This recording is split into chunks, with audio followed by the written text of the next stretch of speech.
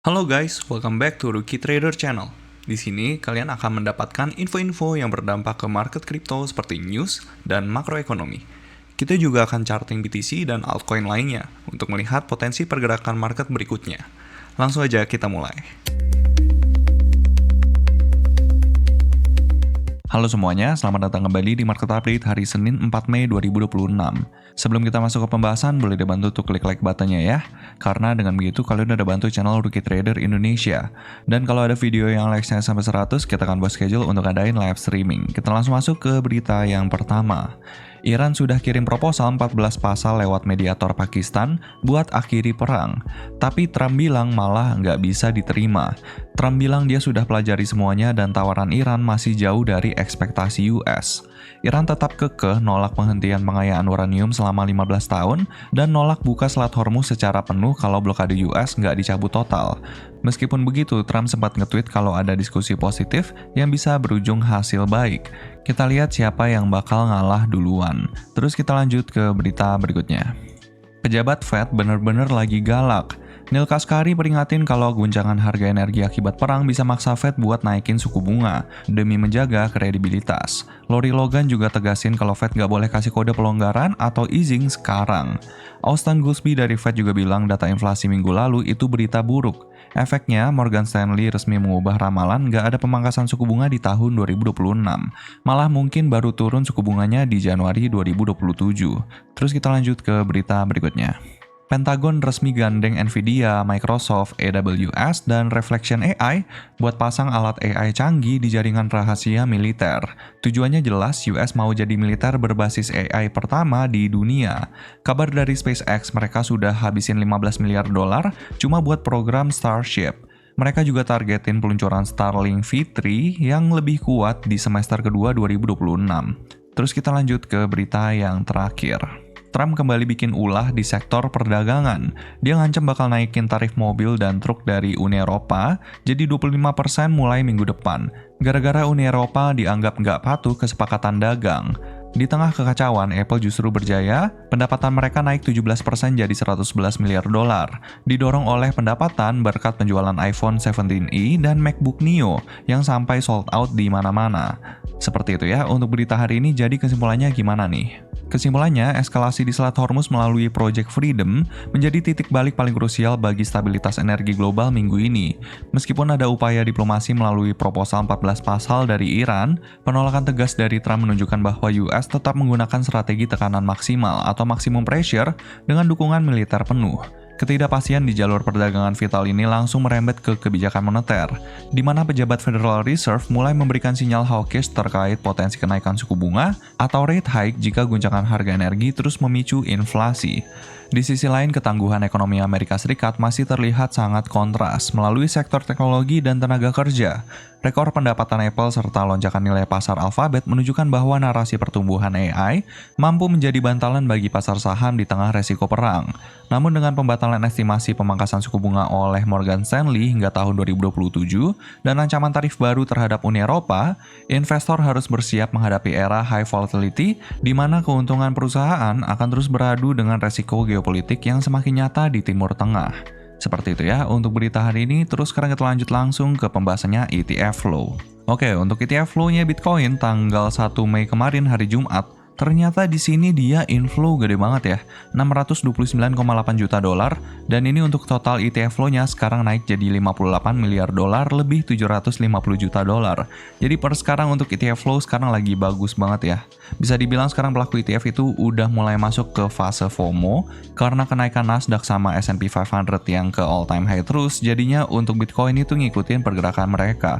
Jadi per sekarang hati-hati ya. Gue bukannya sangat-sangat bearish terhadap Bitcoin, tapi ini kenaikannya itu cuma berdasarkan rumor bahwa Iran sama US itu mau damai gitu. Dan pelaku ETF pun udah sangat-sangat optimis, jadi menurut gue ini sangat-sangat fragile kenaikannya, jadi paling kita lihat aja untuk pergerakan berikutnya seperti apa ya. Dan nanti kita lihat juga ke price action. Sekarang kita lihat ke Ethereum ya. Nah, di sini untuk ETF flow-nya Ethereum tanggal 1 Mei hari Jumat kemarin, ini juga inflow sebesar 101,2 juta dolar, dan di sini besarnya itu dari BlackRock dan juga Fidelity ya. BlackRock ada 43,2 juta dolar dan 49,4 juta dolar dari Fidelity. Untuk sisanya kecil-kecil, jadi kita lihat aja nanti dari price action ya. Oke, sekarang kita langsung masuk ke price action. Seperti biasa kita mulai dulu dari Nasdaq nih. Nah, untuk Nasdaq di sini tutupan candle weekly kemarin itu bullish lagi ya. Di sini untuk candle weekly-nya itu naik sebesar 1,32% dan per sekarang untuk candle weekly-nya itu masih belum ada pullback sama sekali ya. Perlu gue ingetin dengan kenaikan Nasdaq seperti ini sering banget kenaikannya itu nggak ada pullback kayak gini nih. Di sini nggak ada pullback, tapi di setiap kenaikannya ini biasanya ada candle bearish seperti ini nih. Jadi kayak di sini ada candle bearish, terus di sini candle bearish, di sini candle bearish, dan baru di sini dia mengalami pullback. Dan per sekarang ini dia kan lagi naik ke atas nih, tapi bisa dibilang sekarang masih belum ada pullback. Jadi be careful kalau misalnya Nasdaq itu ada pullback, bisa banget untuk risk on asset lainnya itu ngikutin pergerakannya Nasdaq, terutama cryptocurrency. Kayak gitu ya. Jadi per sekarang weekly-nya masih bullish, expecting masih bisa ada kenaikan ke atas. Tinggal kita lihat nanti di internal structure-nya seperti apa. Sekarang kita lihat ke time frame daily-nya. Secara time frame daily pun di sini masih belum ada pullback sama sekali ya. Kenapa? Di sini ada candle bearish tapi di sini cuman inside bar doang nih. Jadi bisa dibilang dia masih one push ke atas. Jadi masih belum ada pullback sama sekali kecuali dia berhasil untuk closing di bawah dari candle daily nih. Nah, kalau misalnya dia berhasil closing di bawah sini baru kita bilang ini sebagai pullback. Tapi per sekarang dia masih belum ada pullback, jadi expecting dia masih bisa melanjutkan kenaikan ke atas. Seperti itu ya, karena dia belum ada pullback sama sekali, jadi untuk swing high-nya itu masih belum ada, tapi untuk swing low-nya itu ada di sini, dan dia di sini kita tandain sebagai demand daily. Untuk demand daily-nya ada di angka 23387 sampai 22779. Lalu kita lanjut sekarang ke time frame 4 hour-nya ya. Nah, secara 4 hour di sini juga ada pullback internal. Di sini gue tandain sebagai demand 4 hour actually. Untuk demand 4 hour-nya ada di angka 27116 sampai 26875. Di sini dia berhasil bikin higher low, terus habis itu dia break off structure, terus habis itu di sini ada manipulasi dikit ya.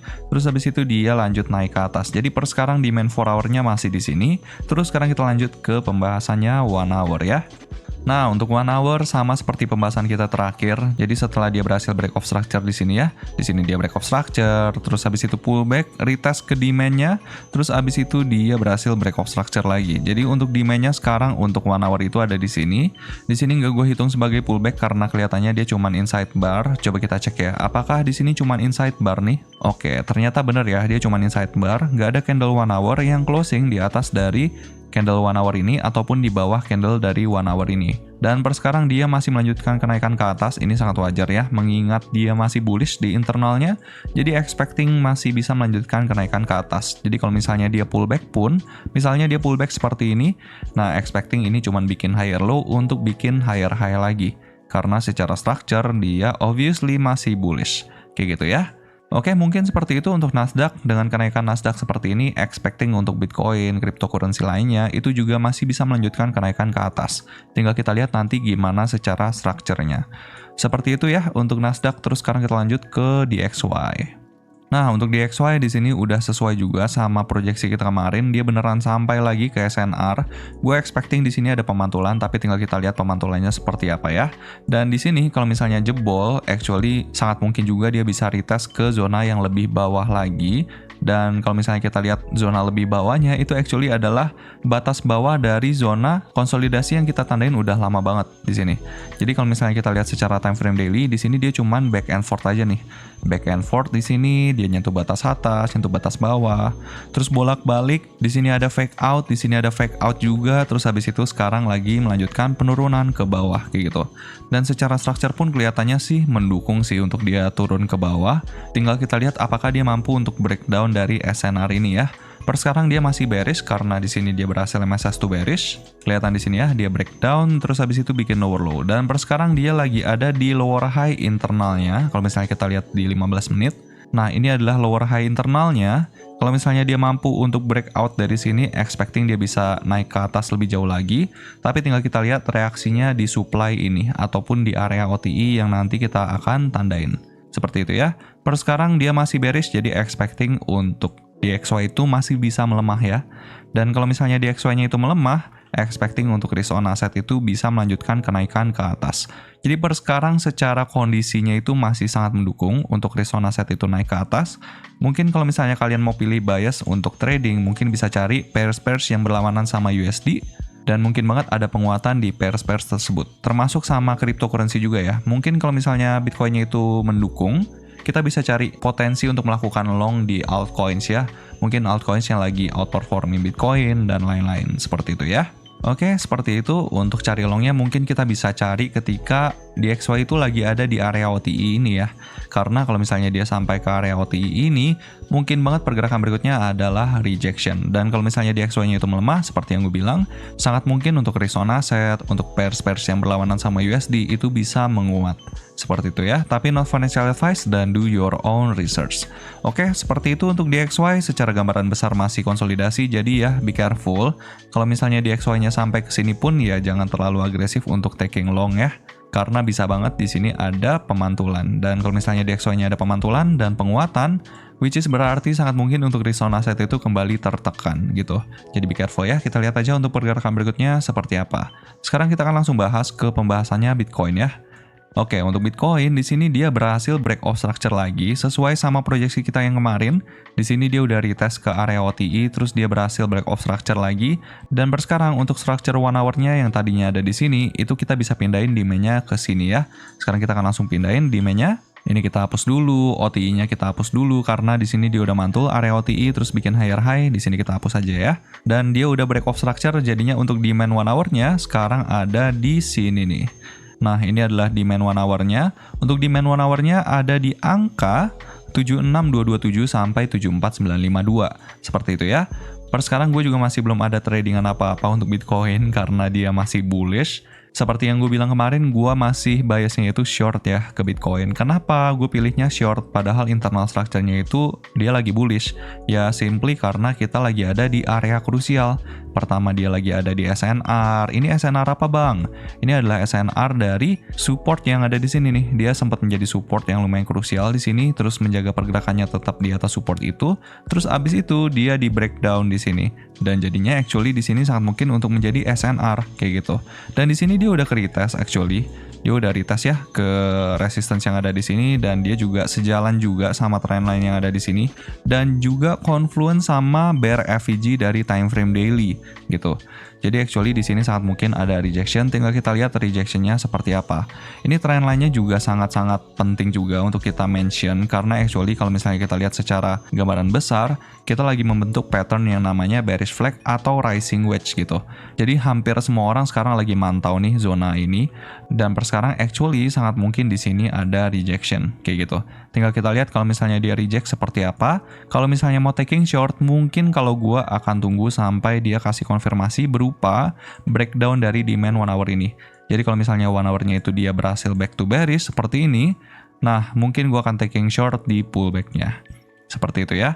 Tapi balik lagi, not financial advice dan do your own research. Ini adalah masa-masa yang sangat krusial untuk Bitcoin. Dan menurut gue pribadi, kalau misalnya Bitcoin itu ada penurunan, itu sangat wajar ya. Karena kalau misalnya kita lihat di Nasdaq tadi, Nasdaq itu kan sekarang lagi naiknya itu gila-gilaan ya. Dia masih belum ada pullback sama sekali di time frame daily. Nah, menurut gue pribadi, kalau misalnya Nasdaq-nya itu ada pullback, ada koreksi tipis aja, itu Bitcoin sangat mungkin untuk turunnya itu jauh lebih dalam ya. Jadi be careful, karena apa gue bilang seperti itu? Karena ketika Nasdaq-nya itu berhasil bikin higher high dan bikin all time high, kondisinya Bitcoin itu masih berada di dalam zona konsolidasi yang ada di bawah, bahkan masih sangat jauh ya untuk ke area all time high. Jadi menurut gua sangat wajar kalau misalnya Nasdaq-nya itu turun, terus habis itu Bitcoin jauh lebih dalam ya turunnya. Kayak gitu, karena pertama Bitcoin ngikutin pergerakannya Nasdaq dan sekarang Bitcoin itu masih tertekan di zona konsolidasi ini. Walaupun secara time frame kecilnya, secara 1 hour dia masih bullish, tapi kita jangan sampai lupa bahwa di atasnya sekarang lagi ada resistance. Seperti itu ya. Oke, mungkin seperti itu untuk Bitcoin. Dan gue perlu ingetin lagi, ini bukan tempat yang bagus untuk melakukan pembelian. Tapi not financial advice dan do your own research. Ini bukan ajakan untuk menjual atau membeli aset apapun. Kenapa gue bilang ini bukan tempat yang bagus untuk melakukan pembelian? Karena seperti yang gue bilang, di sini sangat berpotensi untuk mengalami rejection. Dan tempat berikutnya, kalau misalnya dia breakout dari sini, tempat berikutnya yang bisa berpotensi mengalami rejection adalah SNR di atasnya. Ini SNR apa bang? Nah, kalau misalnya kita lihat ke time frame yang lebih besar, misalnya 4 hour, di sini tuh sempat menjadi support yang lumayan krusial nih. Di sini gua tandain ya. Ada support di sini, support lagi di sini, terus habis itu di sini support, resistance, dan actually di situ juga bisa menjadi resistance gitu. Karena di sini bertindak sebagai SNR. Kayak gitu ya. Untuk SNR di atasnya ada di angka 85600 sampai 84149, dan untuk BRFVG-nya yang sekarang kita lagi retest ada di angka 81061 sampai 79229. Dan per sekarang Bitcoin lagi ada di 80.000. Ini jelas sangat-sangat berbahaya kalau misalnya kalian FOMO di sini. Jadi menurut gua nggak perlu FOMO. Kalau misalnya kalian mau beli Bitcoin pun usahakan untuk long term. Dan juga pastikan jangan all in. Kalau bisa DCA aja sih. Misalnya kalian gajian, terus 10% gaji kalian sisihkan untuk beli Bitcoin, itu masih still oke. Tapi jangan sampai all in karena di sini sangat gede ya resikonya. Seperti itu untuk Bitcoin. Terus sekarang kita lanjut langsung ke pembahasannya Ethereum. Oke, untuk Ethereum di sini juga sama. Untuk Ethereum dia berhasil breakout ya dari supply 1 hour ini. Di sini jujur gue sangat tertarik untuk melakukan shorting di Ethereum. Kenapa? Karena ini cuman biasnya itu dari 1 hour aja ya. Secara 1 hour actually dia lagi bearish, dan kalau misalnya kalian mau taking short di sini actually boleh aja. Dan jujur gue di sini juga ada taking short untuk Ethereum. Cuman ini size-nya itu kalau gue nggak terlalu besar ya. Jadi kalau misalnya dia kena stop loss, yang berkurang dari porto gue itu cuman 0,5% gitu. Jadi kalau misalnya dia kena stop loss, gue cuman rugi 0,5%. Seperti itu ya. Dan ini sangat penting kalau misalnya kalian mau taking short di sini, ini kita perlu mengerti untuk risk manajemennya ya. Karena sama seperti Bitcoin, Ethereum itu sekarang lagi bullish, dia habis retest ke zona OTI dari structure 4 hour. Jadi menurut gue di sini sangat wajar kalau misalnya ada pemantulan dan beneran dia kepantul dari area OTI ini gitu. Dan per sekarang ini gue lagi betting bahwa structure 1 hour-nya itu lebih kuat gitu. Seperti itu ya. Jadi be careful kalau misalnya kalian mau taking short di sini. Gue lagi against the trend dari 4 hour. Seperti itu. Kayak gitu ya. Dan ini cuma berdasarkan dari structure 1 hour-nya aja. That's why gue size-nya masih kecil. Seperti itu ya. Terus sekarang kita lanjut ke 1 hour-nya dulu. Secara 1 hour internalnya dia, kabar baiknya adalah dia berhasil bullish di sini. Dia bikin low, lower high, lower low, terus ternyata dia berhasil bikin higher high. Dan untuk internal structure-nya dia lagi bikinnya ini seperti ini. Dia bikin high, higher low, higher high, higher low, higher high. Jadinya untuk demand 1 hour-nya actually kita bisa tandain di sini. Ini adalah demand 1 hour di internalnya. Tapi kita bisa tandain juga di sini. Kenapa di sini? Karena lowest point yang bertanggung jawab atas MSS2 bullish di internalnya yang ada di sini, itu lowest point-nya itu ada di sini. Kayak gitu. Jadi di sini gue tandain aja dua-duanya untuk internal sama eksternal dalam tanda kutip ya. Karena secara eksternalnya di sini gue tandain ada supply 1 hour, dan per sekarang kita lagi retest ke supply 1 hour ini. Kayak gitu. Kenapa di sini ada supply 1 hour? Karena tadinya di sini kan dia bikin high, higher low, higher high. Terus habis itu dia MSS2 bearish nih. Di sini dia bikin lower low, terus bikin lower high, terus di sini dia breakout structure bikin lower low lagi. Gitu. That's why di sini gue tandain sebagai supply 1 hour. Jadi tinggal kita lihat untuk pergerakan berikutnya seperti apa. Kalau misalnya di sini ada rejection, tinggal kita lihat apakah dia mampu untuk retest lagi ke demand 4 hour ini atau enggak. Tapi kalau misalnya dia malah breakout, expecting dia masih bisa untuk ngejar ke either BRFVG ini atau SNR yang ada di sini, gitu. Seperti itu ya untuk Ethereum. Secara 4 hour-nya juga sama, structure internalnya dia masih bullish. Di sini adalah demand-nya. Lalu untuk demand 4 hour yang dalam tanda kutip ada eksternalnya, itu ada di sini. Ini juga masih bullish karena dia bikin high, higher low, higher high, higher low, higher high. Terus di sini nggak mampu bikin lower low, dia bikin higher low, terus habis itu bikin higher high. Seperti itu ya. Jadi per sekarang untuk 4 hour-nya itu dia masih bullish di eksternal ataupun di internalnya. Seperti itu. Tapi gue nggak mau bahas terlalu rumit di sini. Kita lihat aja secara internal structure yang ada di channeling yang ada di sini. Oke, mungkin seperti itu ya untuk Ethereum. Terus sekarang kita lanjut langsung ke pembahasannya Polygon ya. Karena ada yang request nih untuk Polygon atau Matic. Isi requestnya adalah hadir bang. Bang, kalau ada waktu bahas Polygon. Oke, sekarang kita akan langsung bahas ke Polygon ya. By the way, thank you ya untuk PP udah sering hadir, komen, dan terus nonton video Rookie Trader Indonesia. Semoga bisa terus membantu dalam analisa tradingnya, dan juga bisa membantu untuk keputusan tradingnya juga. Oke, sekarang kita langsung bahas ke Polygon ya. By the way, Polygon itu dulunya namanya itu Matic ya. Jadi Matic itu adalah koin yang udah lama banget, udah dari 2019, dan di sini dia sempat mengalami kenaikan sebesar berapa persen nih? 41.827% ya. Ini gede banget persentasenya jujur. Tapi setelah dia mengalami kenaikan seperti ini, terus abis itu dia rilis ke exchange-exchange besar kayak Binance, terus Bybit, dan lain-lain, Bitget. Terus abis itu dia dari 2023, di sini dia peaking, terus abis itu dia turun terus-menerus gitu.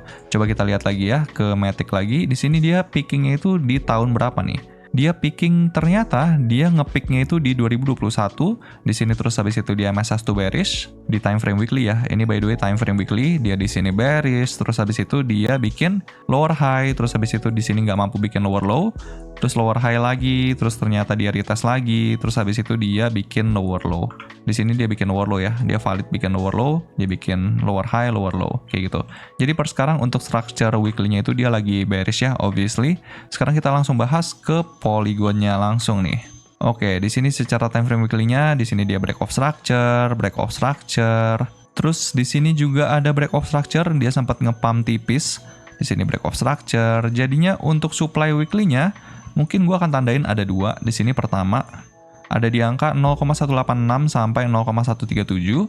Lalu untuk supply weekly berikutnya itu ada di sini. Ini adalah supply weekly yang bakalan gue pantau terus, ada di angka 0,29 sampai 0,229. Seperti itu ya. Ini supply weekly yang ada di atas, dan ini adalah supply weekly yang paling dekatnya. Seperti itu untuk time frame weekly-nya. By the way, jangan terlalu optimis dia bisa retest ke sini, karena kenaikan ke supply weekly yang ada di atas ini, itu dia perlu naik sekitaran 130-140% gitu. Jadi jangan terlalu optimis dulu ya.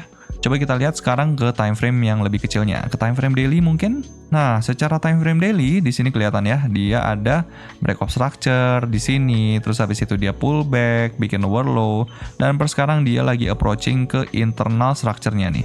Kalau misalnya kita lihat di sini supply-nya ada dua juga, sama kayak structure weekly-nya. Di sini adalah supply internalnya, terus habis itu di sini juga ada supply eksternalnya untuk time frame daily.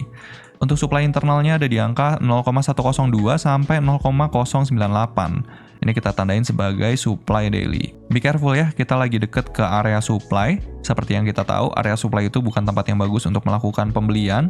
Justru ini adalah tempat yang bagus untuk melakukan penjualan. Tapi no financial advice dan do your own research.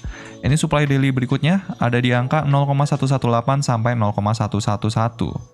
Seperti itu ya untuk time frame daily-nya. Di sini gue tandain ada break of structure. Jadi biar lebih jelas kenapa gue tandain di sini ada supply dan di sini ada supply. Di sini cuma internal dan di sini eksternal. Seperti itu untuk time frame daily-nya. Terus sekarang kita lanjut ke 4 hour-nya ya. Nah, secara 4 hour di sini ada kabar yang lumayan bagus ya untuk time frame 4 hour-nya. Karena di sini time frame 4 hour-nya dia berhasil MSS to bullish nih di internalnya. Di sini dia berhasil MSS to bullish, terus habis itu di sini ada pullback kecil ya. Dia break of structure, terus dia retest ke area demand, terus sekarang dia berhasil break of structure lagi. Jadi di sini kita tandain aja untuk 4 hour-nya secara structure internal, dia obviously lagi bullish nih. Di sini kita tandain sebagai demand 4 hour-nya. Cuman di sini ada ini ya, ada candle yang lumayan absurd nih. Lihat di sini candle 4 hour-nya, dia naik ke atas sampai sini, turun sampai sini, terus habis itu closing-nya tipis di atas sini. Jadi lumayan absurd ya. Oke, terus habis itu kita tandain di sini ada break of structure. Ini adalah break of structure terakhirnya, dan di sini ada demand internalnya. Nanti kita bahas dari 1 hour-nya aja ya, karena di sini kelihatannya secara 4 hour gue akan taruh demand 4 hour-nya itu di sini aja. Seperti itu untuk 4 hour-nya, untuk demand 4 hour-nya ada di angka 0,091 sampai 0,089. Terus sekarang kita lanjut ke time frame 1 hour-nya. Nah, secara 1 hour lebih kelihatan ya.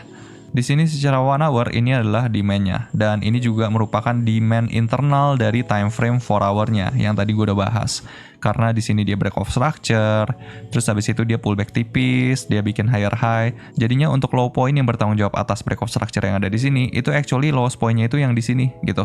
Dan ini cuman internal. Kayak gitu ya, dan di sini gue tandain aja sebagai demand 1 hour. Seperti itu. Untuk demand 1 hour-nya ada di angka 0,094 sampai 0,093.